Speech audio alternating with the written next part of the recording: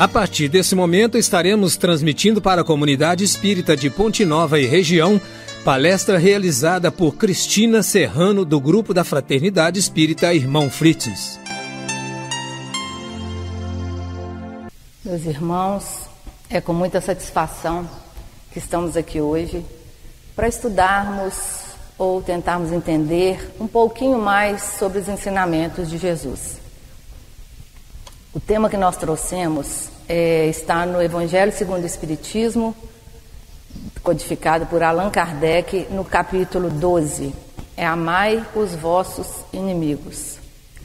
Então essa é uma lição, muitas vezes, difícil aos nossos corações, difícil mesmo até de nós entendermos o que significa essa palavra de Jesus, essa passagem de Jesus, amai os vossos inimigos. Por que eu tenho que amar uma pessoa que eu não gosto ou uma pessoa que não gosta de mim? Qual seria o sentido verdadeiro dessa orientação de Jesus? O que ele quis nos transmitir com essas palavras? Como que isso vai poder impactar ou como que isso vai poder modificar a minha vida para melhor? São questionamentos que nós precisamos fazer para tentarmos extrair dessas palavras aquilo que Jesus realmente quis nos convidar a fazer. Então, primeiro nós precisamos levar em consideração duas questões. A primeira delas, e que nós já sabemos, já temos conhecimento, é de que nós vivemos ainda num planeta de provas e expiações. Nós somos espíritos imperfeitos ainda, no segundo degrau da escala evolutiva definido na obra da codificação, na classificação dos mundos habitados. Nós saímos de um mundo de primitividade e estamos experienciando num mundo de provas e expiações. O que isso nos diz? O que isso quer trazer para nós? Quer nos dizer que nós somos espíritos muito imperfeitos ainda. Então, qual o papel desse planeta de provas e expiações, onde as almas que aqui reencarnam precisam ainda serem provadas, passar por expiações? Para quê? Qual que é o papel desse planeta? Ele serve para nós como uma escola e como um hospital. Por que ele nos serve de escola? Porque nós ainda precisamos aprender muito. Para que nós cheguemos ao objetivo final da criação, que é de sermos espíritos puros, nós ainda precisamos vivenciar muitas experiências para que nós possamos aprender com elas. Então, por isso que ele funciona para nós como uma escola. Sempre a gente gosta de fazer uma analogia com aquilo que a gente tem de palpável para ficar mais fácil o entendimento. Numa escola aqui na Terra, as crianças chegam até ela para quê? Para aprenderem, com o objetivo de, aos poucos, aprendendo as primeiras letras, formando as palavras, aos poucos irem aprendendo mais coisas para que isso lhe sirva melhor, para que ela possa caminhar com mais segurança aqui na Terra. Então, à medida em que vamos aprendendo, nós vamos passando de série, nós vamos escalando os degraus, por assim dizer. E vamos tendo uma noção melhor do contexto em que nós estamos inseridos aqui na Terra. Então nós precisamos dessa escola, de almas para aprendermos. É através da nossa relação com a família, com os amigos, com a sociedade como um todo, é que nós vamos aprendendo, que nós vamos desenvolvendo tanto o nosso lado intelectual quanto o nosso lado moral. E segundo, esse planeta funciona como um hospital. Por que um hospital? Porque nós sabemos que ele abriga ainda almas imperfeitas, almas sofridas. Nós poderíamos dizer que somos ainda doentes da alma, que trazemos conosco muitas chagas que precisam ser sanadas, que precisam ser curadas, que precisam ser transformadas.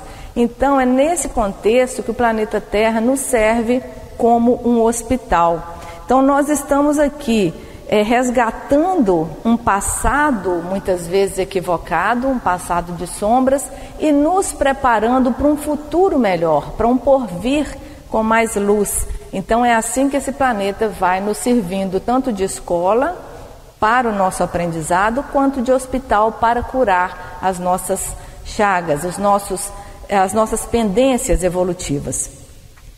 Então, sabendo que somos espíritos imperfeitos e que trazemos conosco ainda muitas limitações, muitas dificuldades, muitas imperfeições, nós deveríamos espelhar o outro em nós e entendermos que assim como nós temos as nossas dificuldades a resolver, o outro também as tem. E isso nos torna pessoas com mais empatia. Então nós precisamos fazer essa leitura. Estamos todos aqui num planeta ainda pouco evoluído. Então as almas que aqui habitam estão também pouco evoluídas. Então nós precisamos entender, ou deveríamos entender, que as nossas dificuldades muitas vezes são as dificuldades do nosso próximo. Então, quem é o nosso inimigo? Quando Jesus disse, amai os vossos inimigos, quem é o nosso inimigo? Muitas vezes nós temos para nós que o inimigo é aquele que nos ataca, seja nas questões morais, seja fisicamente mesmo falando. Muitas vezes nós temos tomado como inimigo aquele irmão que discorda das nossas posições, das nossas ideias, das nossas convicções. Então, o simples fato de o outro ter uma opinião contrária à nossa, muitas vezes já faz com que ele seja considerado por nós como um inimigo. Mas vamos ver o que Jesus pode nos orientar nesse sentido. Em Mateus, no capítulo 5, versículo 38, ele anotou que Jesus disse o seguinte: ouvistes que foi dito, olho por olho e dente por dente. Eu, porém, vos digo que não resistais ao mal. Se qualquer te bater na face direita, oferece-lhe também a outra. Então vamos tentar entender. Jesus diz, ouviste o que foi dito. Foi dito aonde? Quem disse isso? Então nós vamos nos lembrar da história bem antes de Jesus estar aqui na Terra. Por isso que ele falou, vocês já ouviram isso em algum lugar, em algum momento, do olho por olho, do dente por dente. Então quem disse isso? Moisés, que esteve aqui, que também foi um missionário, esteve aqui bem antes de Jesus vir à Terra. Moisés estabeleceu um estatuto civil para reger a sociedade daquela época. As leis civis, assim como nós temos hoje um Código Civil que rege a nossa sociedade. Então Moisés, para disciplinar as relações daquele povo, estabeleceu esse Código Civil, baseado nas leis, num código que provinha do rei Hammurabi, que viveu ainda antes de Moisés, viveu no século XVIII, antes de Jesus vir à Terra. Então, baseando-se nesse código, Moisés estabeleceu esse estatuto civil, do olho por olho, do dente por dente. Isso está lá no Velho Testamento. Então, a lei de Italião, que é essa que nós estamos nos referindo, estabelecia que qualquer delito cometido teria como pena o próprio delito. Então aqui a gente pode perceber uma coisa, que se nós fôssemos viver nessa lei, de acordo com essa lei, não se poderia amar nem o amigo. Por que nós não poderíamos amar nem o amigo? Porque o amigo também erra, não é? Muitas vezes o amigo erra conosco, ou nós erramos com o nosso amigo. E se nós fôssemos atender a essa lei de olho por olho e dente por dente, quando o amigo escorregasse, se equivocasse, ou falando no popular, pisasse na bola conosco, o que nós faríamos? Daríamos o troco na mesma medida. Era o olho por olho, o dente por dente. Então, muito provavelmente, nessa época, não se cogitava o perdão das ofensas. Por quê? Porque um código tão rígido era de se esperar que a pessoa não fosse complacente. Olha, se ele te atingiu dessa forma, você vai lá e atinge da mesma forma. Então nós podemos imaginar que não se falava no perdão. Por quê? Porque certamente, se as pessoas se dispusessem a perdoar, seriam taxadas como tolas, como pessoas fracas. Então, muito provavelmente, não se falava em perdão. Então, a lei de Italião, ela determinava para nós olho por olho, dente por dente, golpe por golpe, ferida por ferida, queimadura por queimadura e assim por diante. Então, foi esse o código que Moisés estabeleceu, porque precisava realmente, naquela época, de uma lei rígida para regular a sociedade. Então, quando Jesus chega, era essa lei, do olho por olho, dente por dente. E Jesus vem então com uma nova proposta. O que Jesus faz? Olha, isso aí vocês já sabem, vocês já ouviram isso numa outra época, vocês já sabem pagar o mal com o mal, mas agora eu venho propor uma nova era. Vocês estão numa escola e vocês precisam se adiantar, vocês precisam passar de série, assim como nós fazemos na escola convencional. Quando nós aprendemos, nós passamos para um degrau a mais. Então é isso que Jesus veio fazer. Olha, vocês já conheceram isso, vocês já sabem pagar o mal com o mal. Então venho trazer para vocês uma proposta um pouquinho mais difícil, né? Que é a de amar até o inimigo. Mas aí a gente precisa pensar assim, para eu entrar na lei que Jesus veio nos trazer, na proposta de Jesus, será que eu já aprendi a lei de Moisés? Será que eu já consigo agir com proporcionalidade ao mal que as pessoas me causam? Porque muitas vezes, por causa de uma situação, a criatura vai lá e desforra em 2, 3, 4 vezes mais. Então muitas vezes nós não estamos tendo nem essa medida da proporção de Moisés, que era de um olho por um olho, de um dente por um dente. A criatura talvez não está conseguindo cumprir nem a lei de Moisés, porque talvez por causa de uma discussão num bar, a pessoa saca uma arma e mata a outra. Por causa de uma briga de trânsito, por causa de um arranhão na pintura do carro, por causa de um retrovisor quebrado, daquela discussão, o processo se desencadeia numa morte. A pessoa saca de uma arma e mata a outra.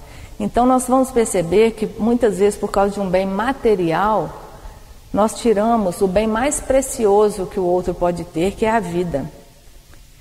Então isso nos leva a uma reflexão. Quando o outro nos agride, quando o outro nos fere, nós já estamos conseguindo agir com proporcionalidade, com medidas? Porque senão, se nós não aprendermos nem essa lei proporcional que Moisés nos propôs, nós não vamos conseguir agir dentro da proposta de Jesus, que é amar até o nosso inimigo. Mas aí, muitas vezes, a gente já pensa de uma outra forma. Olha, não, eu já evoluí um pouquinho mais. Eu já consigo perdoar. Eu já consigo relevar. Quando um amigo me fere, quando um amigo me magoa, eu já tenho condições de perdoar, de relevar, porque eu sei que é um amigo, que a gente erra mesmo. Então, eu já consigo, já estou conseguindo trilhar esse caminho. E muitas vezes a gente entra naquela questão, né? Aos amigos tudo, ao inimigo a lei. Por que muitas vezes nós queremos a lei para o inimigo? Porque a lei cobra e porque a lei pune. Mas não foi essa exatamente a proposta que Jesus nos fez. A proposta de Jesus é exatamente oposta.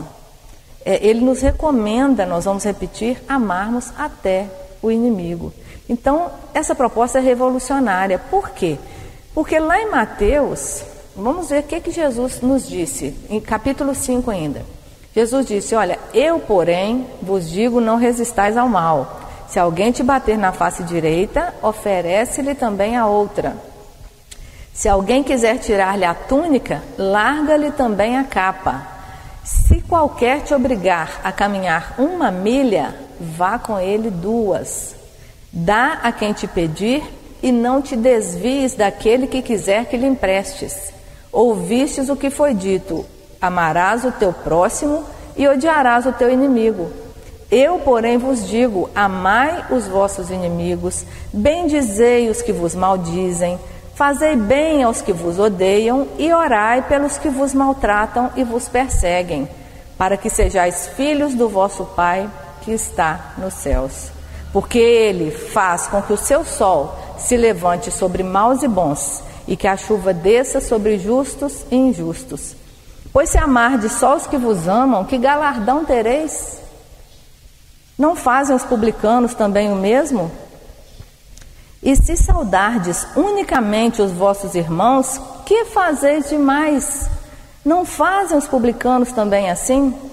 Sede vós perfeitos, como é perfeito o vosso Pai que está nos céus. Portanto, meus irmãos, quando Jesus nos propõe amarmos até aquele que se coloca nessa encarnação como nosso inimigo, Jesus está falando muito mais de nós do que do inimigo propriamente dito.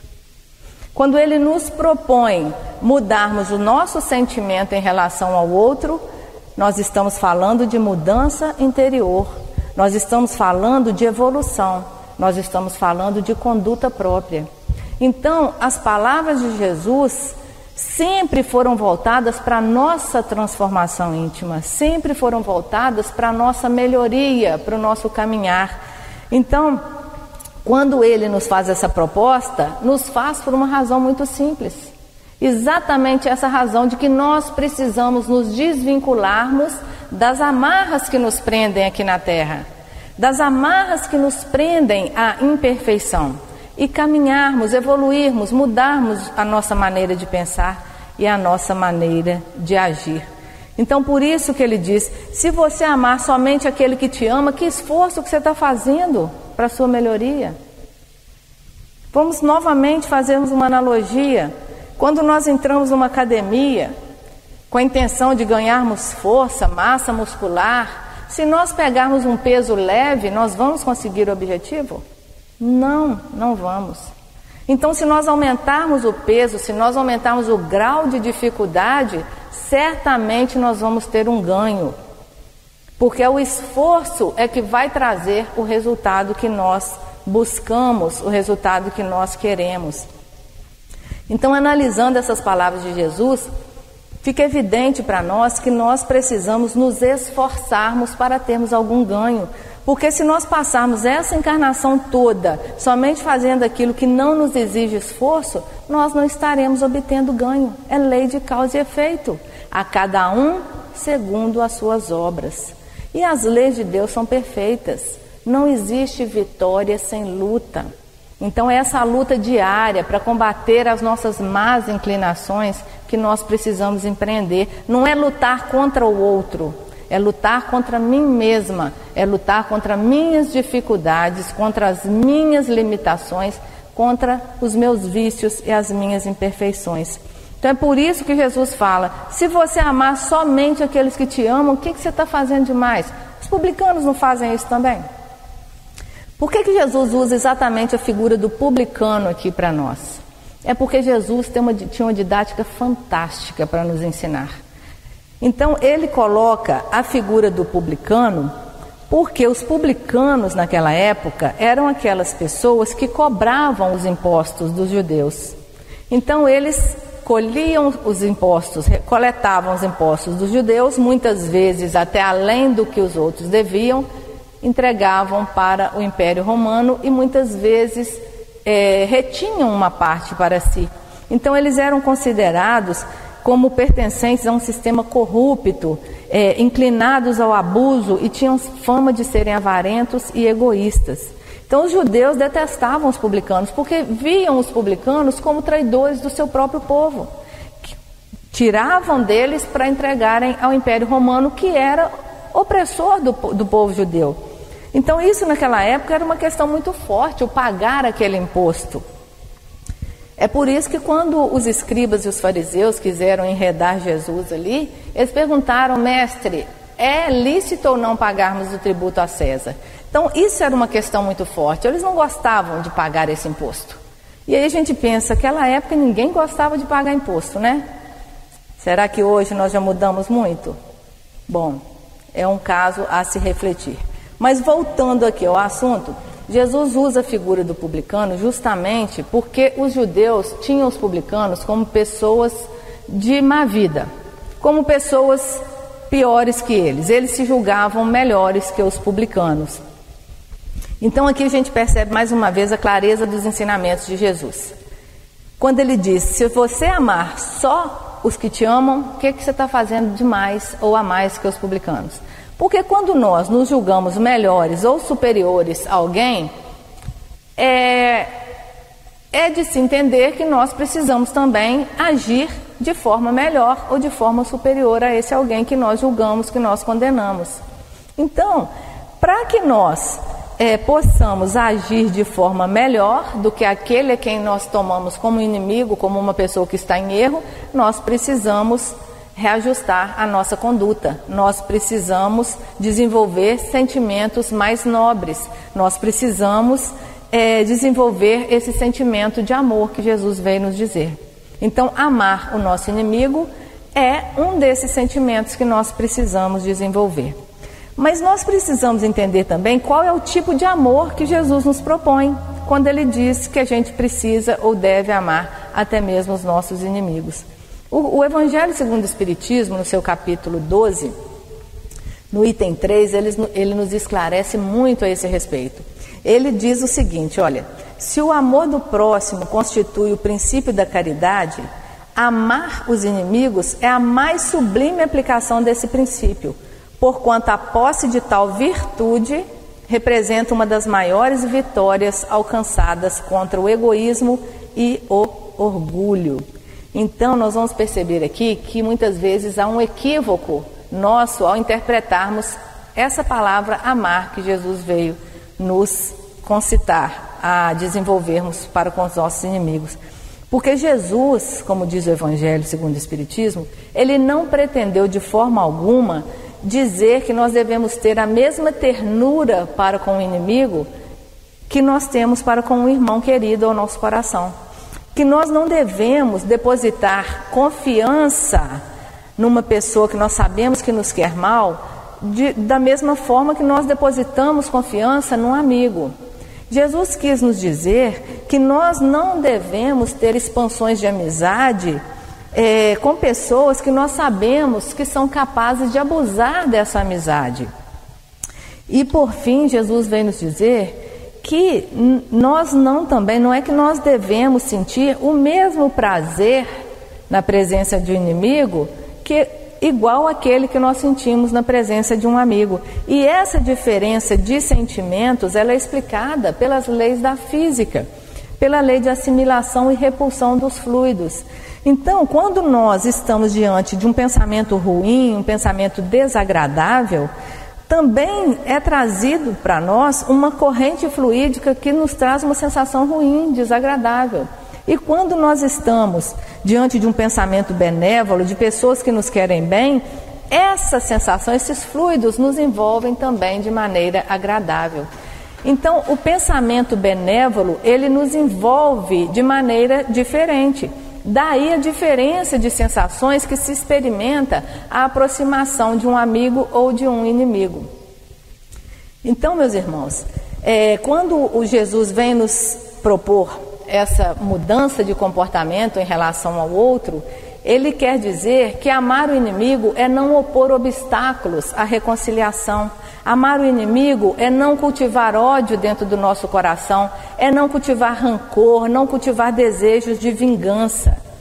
Então, nós vamos aprender a amar esse inimigo quando nós mudarmos os nossos conceitos, os nossos posicionamentos, e entendermos o que Jesus veio nos propor.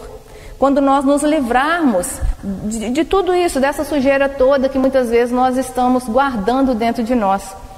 Então, esse inimigo que a gente tem hoje como inimigo é aquele instrumento que a providência divina permite que nos faça abrirmos os nossos olhos. Porque nós muitas vezes estamos como aquele lago de águas paradas. Em cima nós estamos vendo uma água tranquila, limpinha, mas embaixo ainda tem lodo. E se remexermos aquele lodo, a sujeira emerge, a sujeira vai surgir. Então, quando vem uma pessoa que não nos quer bem talvez, ou que nós consideramos como um inimigo, e que coloca o dedo na ferida, que aponta o dedo para nós e mostra para nós as nossas imperfeições, é esse instrumento que Deus permite que remexa as nossas sujeiras, que elas venham à tona, para quê? para que nós vejamos que ainda somos espíritos imperfeitos, que nós ainda somos espíritos em dificuldades evolutivas e que nós precisamos tratar essa sujeira para que nós possamos ser criaturas melhores e cumprirmos com o objetivo da nossa reencarnação, que é o de sermos melhores a cada dia, de nos transformarmos enquanto espíritos em evolução. Então vai ficar para a nossa reflexão da manhã, o que nós temos feito de melhor nessa nossa reencarnação? Porque nós podemos ser criaturas melhores, nós somos centelhas divinas, nós temos o amparo e a proteção divina em todos os momentos da nossa vida. Jesus nos afirmou que nós somos o sal da terra.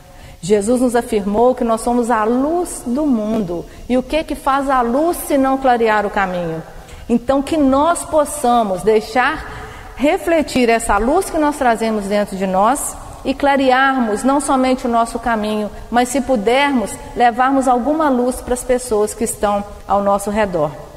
Então a nossa responsabilidade com a nossa evolução e com o planeta que nós habitamos é enorme. Não foi à toa que nós tivemos a permissão para reencarnarmos no planeta nesses momentos de transição. Nós estamos passando de um planeta de provas e expiações para um planeta de regeneração, onde teremos dias melhores, certamente, como o Cristo nos assegurou. Então, que nós aproveitemos essa nossa oportunidade que está sendo dada aqui na Terra.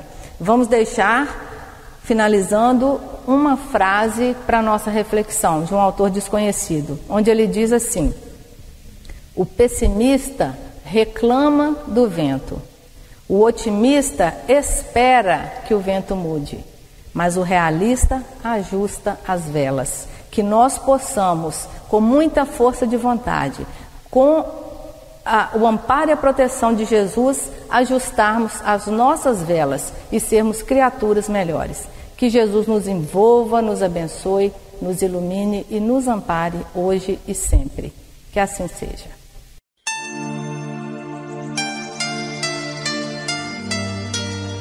Termina aqui palestra do grupo da Fraternidade Espírita Irmão Fritz. Boa noite.